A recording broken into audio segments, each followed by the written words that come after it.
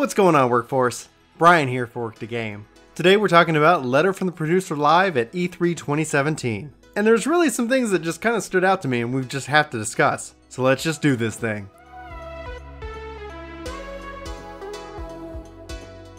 So I really don't know how to feel about it. But yoshi-p announced that even numbered patches were going to be getting 2 new dungeons. So one of the big issues I think I really kind of felt with Heavensward was we were only getting 2 dungeons every patch. And it really made the expert roulette feel just so repetitive, especially towards the end. But here's the kicker. Every odd number patch, we're only going to be getting 1 new dungeon.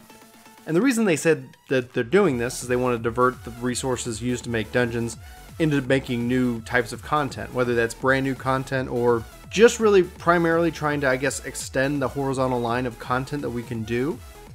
And what I mean by I don't know how to feel about this is that on the positive side, if we're getting new content that's fun and enjoyable, that's great. But if that new content really means that players feel left out, for example, let's say, yes, we're going to get new PvP maps, but you as a player might not be interested in doing PvP. New content is there for you to do, but it might not be up your alley. So that's obviously the concern that I have there. So just to note, they didn't say that it was actually just all diverting to PvP. So if you're not a PvPer, don't panic. I'm just using that as an example in this case. So some other reasons they give for this change is that Final Fantasy already has a ton of instance dungeons, more coming with the expansion. And then with every patch after that, we're going to always see just an increase in dungeons, but it just still feels weird. From ARR we got 3, Heavensward we got 2, now in Stormblood we're getting 2 and 1, so it's kind of another step down in that regard. They also said the number of people doing the expert roulette in the odd number patches is decreased, and so they see the numbers on that, and I would honestly think that by that point, you know, with the fact that you're not really using the dungeons to gear up is a big negative in that case. So hopefully this means that we're going to see dungeons that are challenging and interesting, that the dungeons themselves are going to be fun and exciting to do. And hopefully this means that, like I said, we're going to get that horizontal, line of content with lots of different things to do, so it's not the same thing over and over again. That was always the biggest weakness, especially when you go from the last patch all the way to an expansion. There's not that much content, so you know what, doing the same 2 dungeons over and over again just is not fun. I said, like, you know what, let's just get rid of the expert roulette and let's just keep those dungeons always in that level 60 roulette or that eventually level 70 roulette, just so that you're pulling from a wide range of those dungeons. But that's just me, and I'd love to know your thoughts on it as well. So another topic they brought up, and this was interesting because I think it's one of the things that I would love to see, is a glamour log. If you don't know what that is, basically the idea that you can either save your glamour sets or have some kind of record that you've acquired a piece of gear and you can then use that record to apply a glamour rather than having to constantly store that in your inventory. And they said that there's some difficulty in trying to do it that way where items are flagged to a character. Achievements would actually kind of work and maybe allow for certain achievements to open up certain glamour options. That's something in the future. And there are lots of conversations regarding this. This really wasn't a yes, this wasn't a no, and the ideas that they talked about kind of had me concerned because personally I would rather just save a set of gear, like a gear set that we've got, but a glamour set, and be able to apply that glamour to any of my gear sets that I choose. And that would be, in my opinion, what I would like, but I'm sure everybody's got a good opinion on this. And yoshi-p did, say that glamour is important in the game. And I think, he's right. A lot of people really spend a lot of time trying to set up their looks. And it's important and they enjoy it. And to make that easier and to make that where you can really try to, like as you get new gear, you not have to worry about holding on to all your glamours to apply it. I think that would be a really good quality of life feature. But I'd love to know what you think, and especially how do you think the glamour system should work? Question came up about official roleplay servers.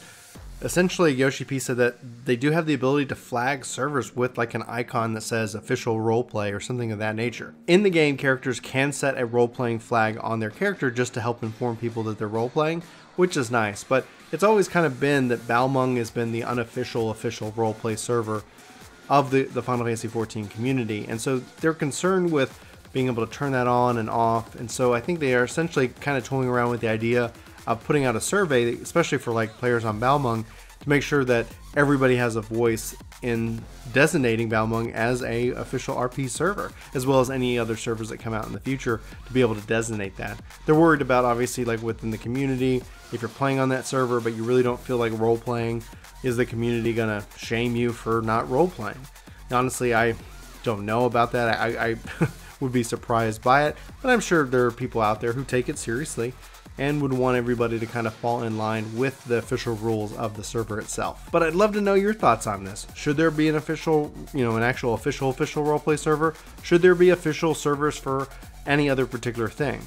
This is important because they're also adding a new server to the EU data center, so a new world, Omega, is coming up.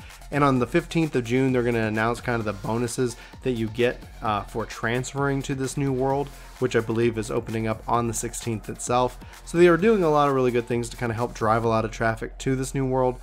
But that means, like, at some point, what worlds do they designate? And so it's all kind of like cumulative.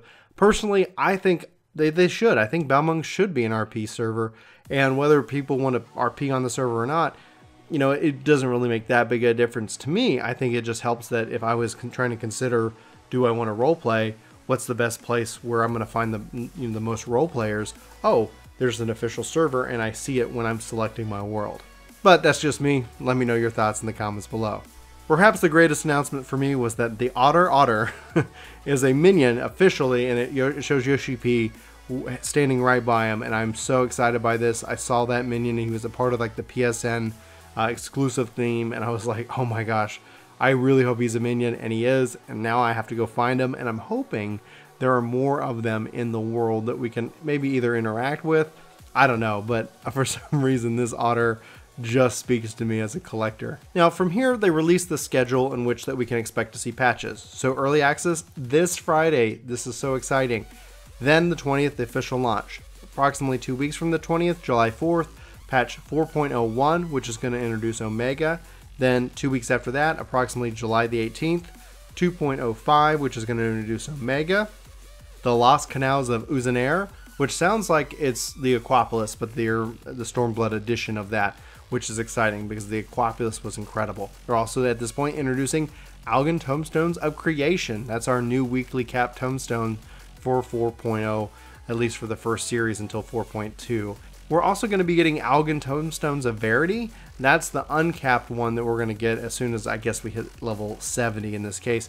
So the two tombstones names, that's really cool. I like Creation. It seems exciting. Obviously, it's not going to be something that we'll have access to by the time we get to 5.0, but I think it's a fun one to go off of, and I'm really looking forward to seeing what content is going to give me those tombstones. And for some reason, if I didn't mention it, it's Omega Savage.